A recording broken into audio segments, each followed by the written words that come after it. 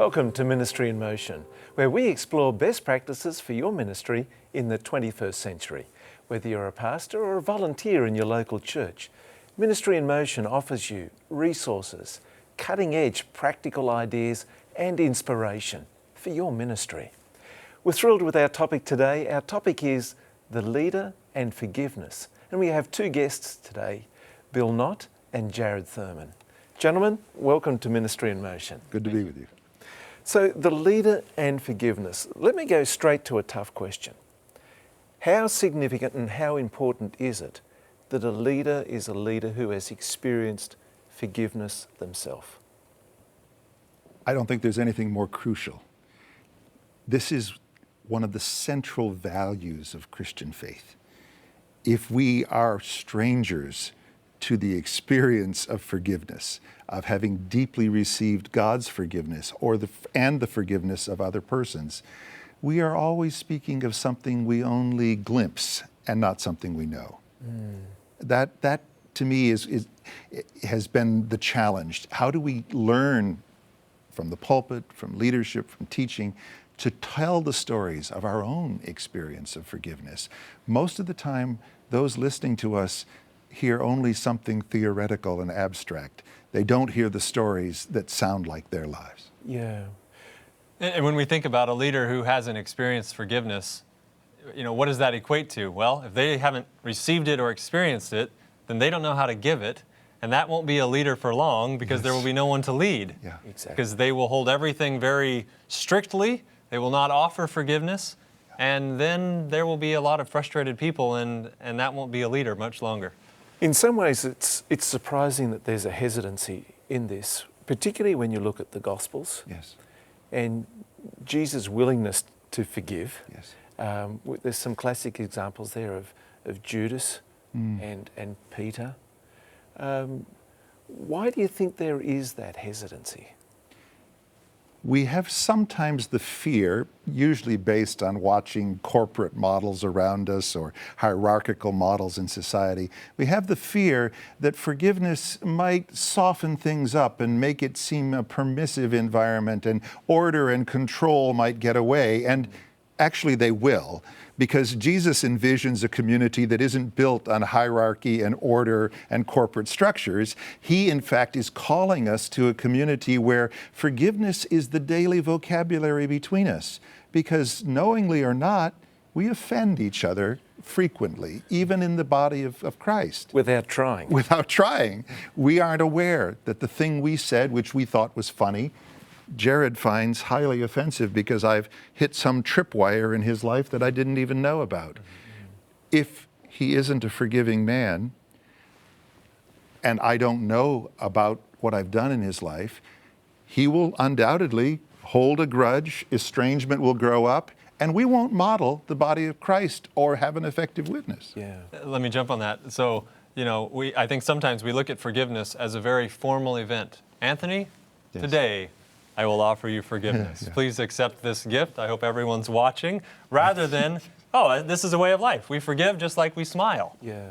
In some ways, it's easier to count. It's easier to, eye for eye, tooth for tooth, right. rather than to live in that environment of grace, isn't it? It goes contrary to all the math we've been taught. But then again, the gospel usually does. It invites us to say, I will not count up wrongs. I will not hold grudges. I will not linger in my bitterness. Not because I'm not tempted those ways, but because Jesus has not done that with me. Jesus has amply, repeatedly come back to me, offered me forgiveness. Now, it can be difficult to be reconciled. And to go through the process of forgiveness in an appropriate way. Yeah. Talk us through the appropriate time and what we need to consider with reconciliation and forgiveness. As a leader, one of the things we have to be honest about, and I would add even vulnerable about, is our own challenges in our own stories where we haven't done it well. Those listening to us need to know that we aren't experts at forgiveness, that we are growing and learning in this. So candor about our own growth process is crucial here. As well, the recognition that forgiveness is always a choice. It's never something we can force on others. It's nothing I can mandate that you two, kiss and make up, as, people have sometimes advised warring siblings. You must somehow get together and just become friends again. Well, it doesn't work there in the home any more than it works in the church. The reality of it is we have to create a climate in which people say, I'm not going to lose anything by forgiving.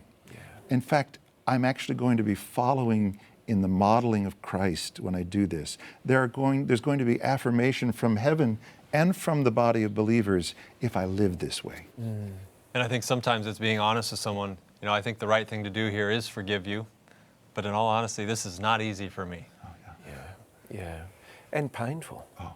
But, and there's a difference if it's been a deliberate strategy to destroy, to attack, to inflict pain. Yeah. The overwhelming urge is combat. Retaliation is sort of built into our sinful natures. We understand eye for eye really well. We didn't need to be taught that. But we do have to be taught how grace acts in moments like this. For me, that always requires a time of prayer before I'm ready to forgive. Sometimes a long time of prayer before I'm ready to forgive. Yeah. Just talking about this, I can't help but recall, if I can share an experience. I was a young boy at the time, and my father was a very practical man, and he treasured his tools. And we didn't grow up in an affluent home. And it was a mistake on my part. It wasn't deliberate. I broke one of his prized tools. And I was fearful of the consequences. And I'll never forget confessing to my dad, I've broken this, Dad. And I was expecting an eruption and a penalty. And instead a big masculine arm came around me and he said, don't worry, we'll get another one. Yeah. And I knew full well that we didn't have the funds to get another one. Yeah. That Dad would have to make do with the broken tool. Yeah. And for me personally, that was such an enriching experience to see a father and experience a father's forgiveness. Would that we told those stories more often from the pulpit when we're in leadership roles. We told those stories about what we have received for mistakes we have done. More often we tell the story of some famous sinner over there and we describe their lives. Or we tell a story in such an artificial way that people say, that could never be my life. Exactly. What I'd like to do straight after this break is talk about how we can establish this theatre of grace and this environment of grace and forgiveness. We'll be right back with more Ministry in Motion.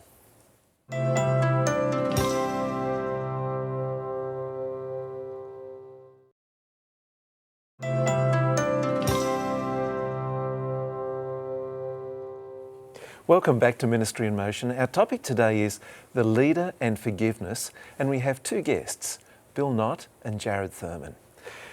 Now, I'd like to explore with you a how-to aspect here.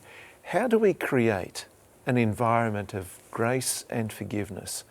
I'm thinking of within a church community. How can a pastor, how can a leader within a church create that environment, and perhaps even within families or other communities that we live a significant part of our lives? I think it starts with vocabulary, if I may say that. Now, I trained as an English teacher, so you might expect that, but we use the language we want to hear coming back in the life of the body. I've been in congregations where I deliberately introduced certain words so that after some months they became part of the vocabulary of that congregation. I talked about reconciliation, and after a few months, a lot of people were talking about it. So it often starts with language and another form of language, the stories we tell in the pulpit, the self-revealing stories, when I didn't get it right, when I needed someone's forgiveness, when someone taught me about grace.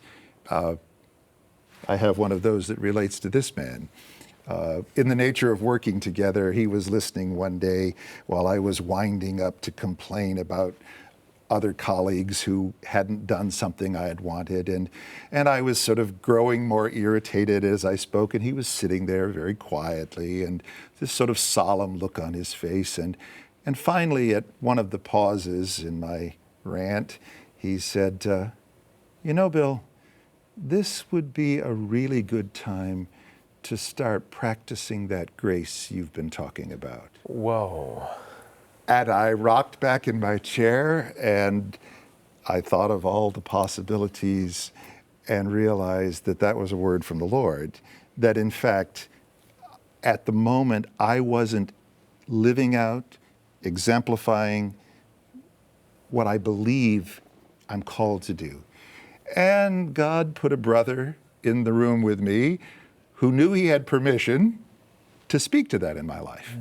And yes, called me out on it, but in a way that I bless the Lord and him for, because it reminded me at a crucial moment to stop and ask, are these the attitudes of Jesus? Am I showing the forgiveness of Jesus, his willingness to be reconciled to people when I'm upset at them? And the reality is often I forget to do that. I go on with my indignation. Yeah. You know, I think someone only has that right if they've earned it. And you think in the heat of a moment like that, you know, that's probably the last thing he really wanted to hear, or the last thing we want to hear when somebody says, I know that person wronged you, but you need to be forgiving. If that's coming from somebody that has been in a relationship with you and has built up the cup of goodwill, you can hear them through all the emotions of the moment. And I think that's the part we need to know. If we need to have people close to us that we know have our best intentions in mind and can call us to the spirit of forgiveness. Maybe even we've needed to forgive each other, but that's a delicate art to practice. It is. And there's an element of courage in this. You know, if you're not the key leader in the church, if you are a leader, to still have an influence over that community for the good. We frequently don't take many risks on the issue of forgiveness. We keep it a kind of private conversation off on the margins of congregational life. But it's actually the skill that we often need the most. Day in and day out, with our spouses, with our children, with our colleagues, at work, even out on the ball field. We need this essential virtue of the Christian life. And most of us don't learn a skill without coaching. I had a coach that day who said, Bill, is this really the value you want in your life? And I had stopped and thought about it and said, no, actually, I don't want to be that angry person just now. I think learning forgiveness is often something we teach each other. There are days when you see it better than I do, and vice versa. And God sees to it that he puts us in a community so that we begin creating a reputation for this version of the body of Christ as a place that it's safe to experience your failures because you've got people here who know how to forgive. Yeah. Jared, let me ask you a question. What's some of the ways that you've found to make it easier for somebody to forgive? So I can only really speak from my own experience, and it would be, you know, we look at the life of Peter, for example, and I think he quickly ascertains, you know what, forgiveness is about 7 times, right? And Jesus refers to something much more broad, right? No, how about 70 times 7? I think it helps us when it gets personal of, have I been forgiven? Do I know what that's like? And to really, I mean, that's deeply spiritual. You know, like many of the graces, I believe forgiveness is something God gives to us. Lord, I don't really want to forgive this person. I need you to help me. So I think that's very important that we make it personal in the fact of, God has forgiven me. You know, and for me, sometimes it's thinking of things in my life. I'm like, man, I'm glad I was forgiven for that. You know what? I should forgive in this instance. I wasn't deserving then. They may not be deserving now, but often forgiveness is not because we're deserving. Yeah, exactly. You know, I think of Joseph and his multiple brothers and the reconciliation, that the ultimate one there, when their father dies in Genesis 50. Right. And it was a tear-filled, painful but necessary experience. Yeah. And there are going to be a lot of those in any real body of Christ. This is going to be a frequent experience, not something reserved for a marginal. Either forgiveness is central to our life as Christians, or we aren't really grasping what Jesus was working so hard to get across. And we've just got a few moments in this module, but what's the problem if we don't? I think it's our own problem. It's eating us alive. Our own physiology, our own spirituality is corroding by holding on to the fact that we can easily give this forgiveness. Yeah, yeah. In fact, the damage done in our own lives by unforgiveness, by holding on even to what was once a legitimate anger, letting it fester in our lives and become bitterness, counting one's sins against them. This is just the inverse of what Jesus calls us to do, but it's so natural. Yeah. It's so easy for me to become the prosecuting attorney instead of the one who says, no, please, Lord, allow them to go free because as you once allowed me to go free. Don't bring the penalty of their sin on them. That's a difficult prayer for all of us, for me to pray, but it's the one Jesus calls me to and keeps reminding me of. Exactly. Looking forward to exploring this some more with you. We'll be right back with more Ministry in Motion.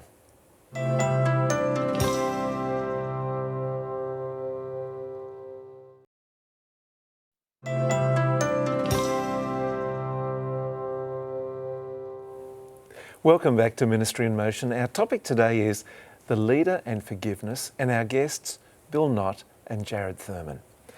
Now, so far we've explored building a community, and more or less a faith community, a congregation where forgiveness is part of our daily transactions of life.